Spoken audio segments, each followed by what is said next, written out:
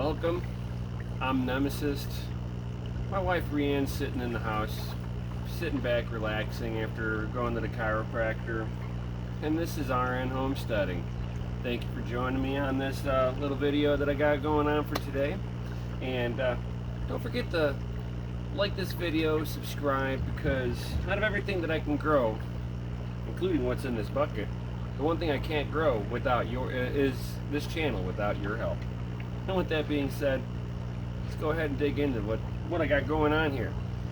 So far it just looks like I've got bubbling crude of like pond scum sitting here. I will assure you that it is not, and that I did this on purpose. So everybody eating shit, you know, that's going to be into the growing world, you're going to hear terminologies like compost and worm castings or worm compost.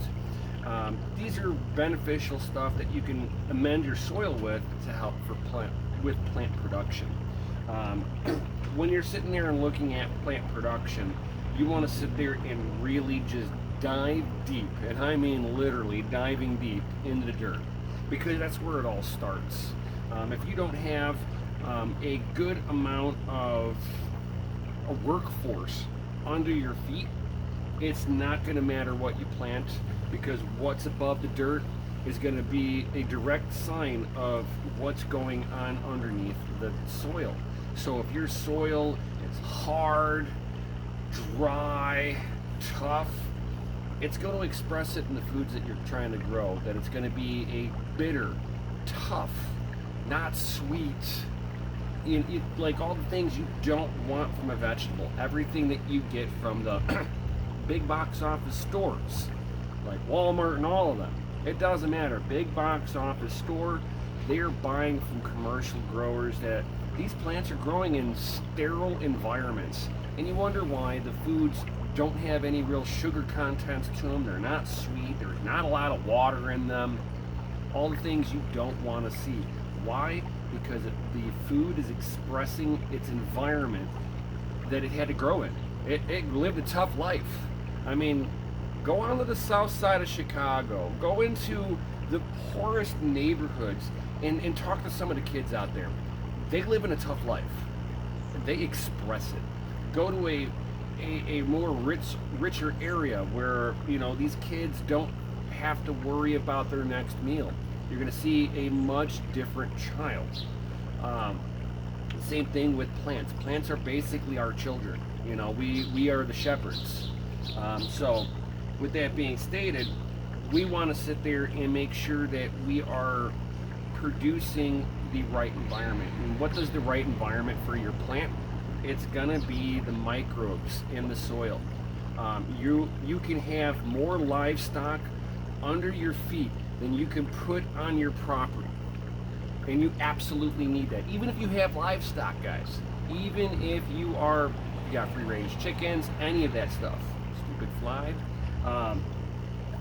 all that stuff, all your animals and stuff like that, all are looking at the grasses and the bugs that are in the ground. So if I've got chickens and my ground is sterile, there's going to be no bugs for them to go roam around on if I'm free ranging them. So you want to change your soil consistencies. Compacted soils are, you know, basically high in magnesium usually, not always, but usually they're high in magnesium, and we have a calcium deficiency. I might be able to do a soil test, but the calcium will be there, but it's not available. It's too deep for anything to do anything with it. And the soil is so hard that your compaction layer is not allowing for microbes to actually grow. And that's basically what's in here. So I took, I'm basically what they call a vermicomposter or worm farmer. So I have a bunch of red wigglers and European night crawlers that are basically taking anything that I can, any of my compost, if I want to put compost stuff in there, or food scraps right into the bin, and they turn it into worm poop. by anything. You know, if you really want to break it down, inside of my worm bins is an ecosystem. There's bugs in there that I did not put in there, but the bugs are there, and these bugs popped up on their own. There's microbes in there. There's bacteria in there, good and bad. And as long as I keep my vermicompost nice and fluffy, in other words, every once in a while, I've got to stick my hands in there and aerate the soil, so that the microbes are basically able to breathe. Why am I bringing this up? That's what I'm doing here, guys. You see this? This thing here is attached to a air pump. So I'm basically aerating the water. So this water is not without oxygen, because as anything, if I were to put a bunch of people into a small room and seal it off from being able to get air from outside, eventually I'm going to take a look in there and all of them are going to be either passed out on the ground from lack of oxygen or dead, because they breathed all the oxygen and there's no available oxygen for them to breathe over the carbon dioxide, right? So we need to sit there and make sure that we're putting in air in here so that the microbes can still breathe. And we want to sit there and allow these microbes to grow and party and all that good stuff. And how are they going to sit there and grow and party? What's their food source at this point, right? That's what you're thinking. I know it. You guys are smart. I know it is. So what you need to put into here is some kind of food source. Now, you have to understand what their food source is going to be. Sugars. In nature, where would they get these sugars from? The plant that's growing next to them would be secreting a sugar substance to actually stimulate growth. So, how do I do it here? For me, I utilize blackstrap molasses that has no sulfur in it. You want to make sure that you have a good organic blackstrap molasses. The reason being is that a lot of times your sugars, sitting on my foot wrong, I probably should have brought a little stool over here. A lot of times your sugars are from like beet sugar and stuff like that, beet sugar and some of your cane sugars. A lot of beets, they're GMO. Guys, regular sugar is beet sugar. It's usually GMO. If you're going to be utilizing sugars, try to get organic cane sugar. At least you're a lot safer of staying away from GMOs. Now, why would I be sitting here and talking about making sure that you had organic cane sugar versus just getting regular cane sugar, right? Because that stuff's expensive. I know. So what they end up doing, like right before harvest on cane sugar, to get the leaves to die back, they spray them down with a broadleaf herbicide to get the leaves to die back so that it's easier to process. So if you get organic cane sugar, you're not going to have the broadleaf pesticides on there. Food for thought. I'm just saying, guys. So making sure that your sugar source is good. This is a 5-gallon bucket, and in here I've got about 4 tablespoons of blackstrap molasses in here, or a quarter of a cup, give or take, in here. And now, why would I want to use blackstrap molasses? If you guys don't know what blackstrap molasses is, it's a byproduct of the sugar industry, but it's got all the minerals that the sugar industry has pulled out of the sugar. That's why there's a difference between white sugar and brown sugar. Brown sugar still has the minerals in it. So think about that. It's from the cane sugar industry. So as they sit there and process all the minerals out, it goes from brown cane sugar to white cane sugar. And make sure that it's organic blackstrap molasses, no sulfurs in there. This way you're not potentially bringing some acidity to your soil. That's where, like, people, I was having a discussion with my buddy, And he was talking, oh man, I don't want to use blackstrap molasses, that'll increase acidity if you don't put the right blackstrap molasses in. So again, organic blackstrap molasses. I was able to get them off of Amazon. If you guys actually want to see me like make this stuff, I'll probably do another video on that where I will show me making another batch, because this is the first time I've actually made it.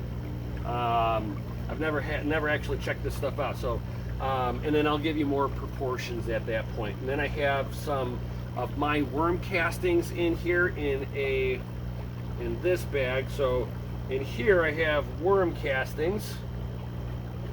It's kind of slimy. And then in this one I have compost.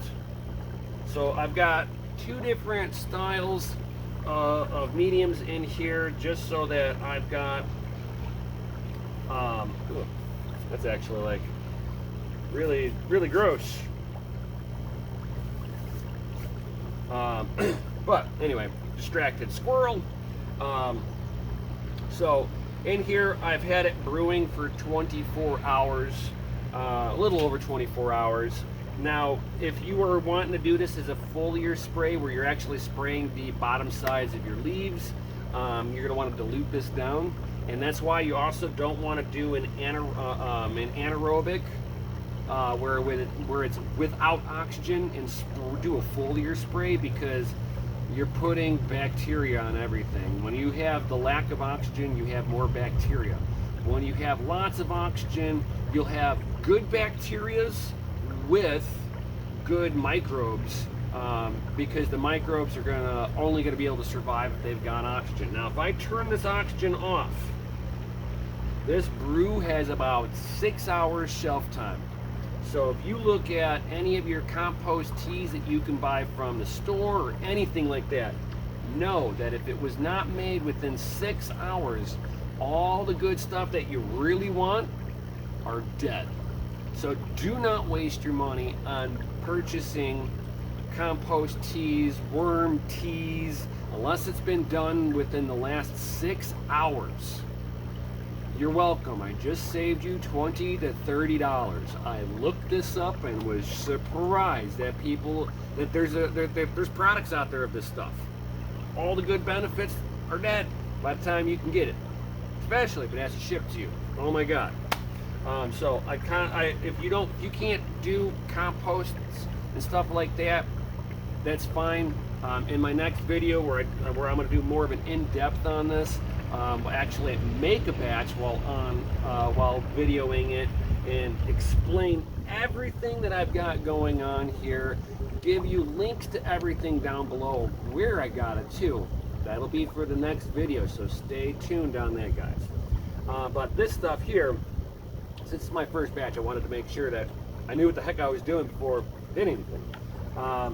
So after 24 hours, you should see kind of the bubbles that are kind of getting dark and enriched. That is showing that there is bio life in there. So we've got a lot of stuff going on. And if you're going to pour it directly onto the soil, you do not need to water this down. You only need to water it down if you're doing a foliar spray, where you're spraying underneath the leaves, like I was saying. So as long as you're doing just a ground cover watering with this, just give it a good little soaking, and we'll go from there, right? So I'll show you guys. We'll do one real quick in the back where I've got my wood chips. I'm gonna have to spread my wood chips back in order to be able to water this in, and I'm gonna leave this thing aerating all the way until I use the very last of it. This way, it's just everybody's chilling out in there, and the only people that get disturbed are who goes into this and then gets poured out into the ground. And once they get poured into the ground, they're going to live life. The ground's got the oxygen in there. As long as your soil's not compacted, it will support the life.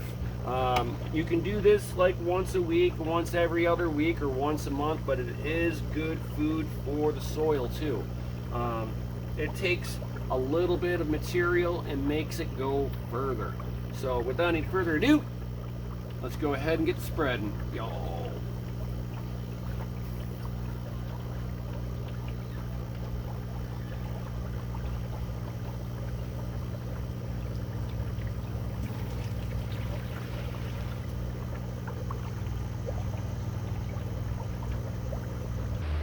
So here we are over by my zucchini patch here, and next to my Walla onions, and they're starting to die back here. Oh man, I'm like so excited. We're about to have some onions coming up soon.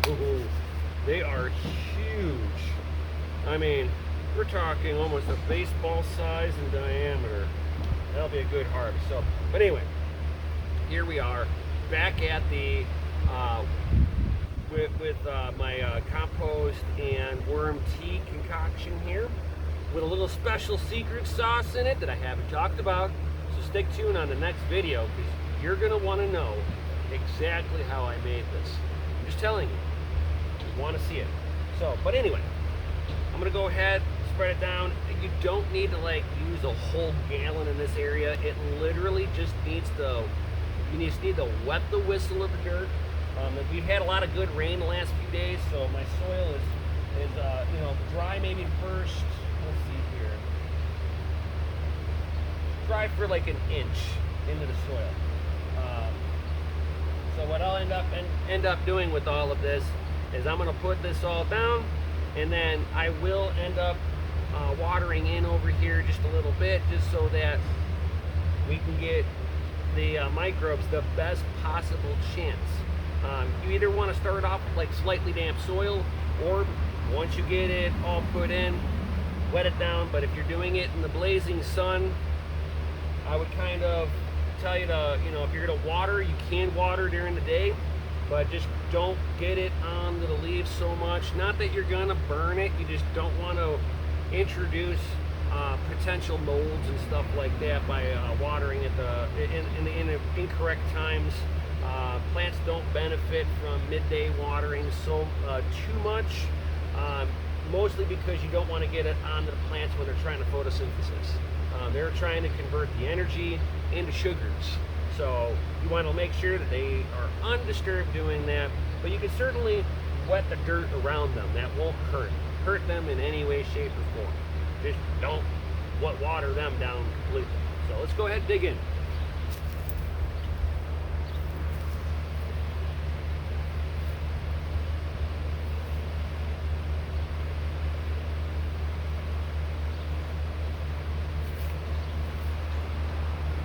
That's pretty much, I mean, you see, I'm not sitting there pouring it down, and that's pretty much all that I really need to put down onto this bed. I'm going to put it down with my peas, my where I have my my Black Beauty eggplants, my tomatoes, my flower pot garden, my corns patch. So I got all those areas. Well, I don't think I have enough to do every one of those areas with my 5 gallons. And that's why I'll be making another batch of this stuff. So if you guys are interested in learning how I make my special concoction of worm casting and compost teas, instead of it, you know, just it's compost and just molasses, there's another secret ingredient. You'll have to stay tuned for the next video. And with that being said, thank you everybody for being here. All that good stuff. Smash that lizard like button, subscribe and all that good stuff. And with that being said, may your thumbs always be green. I'll see you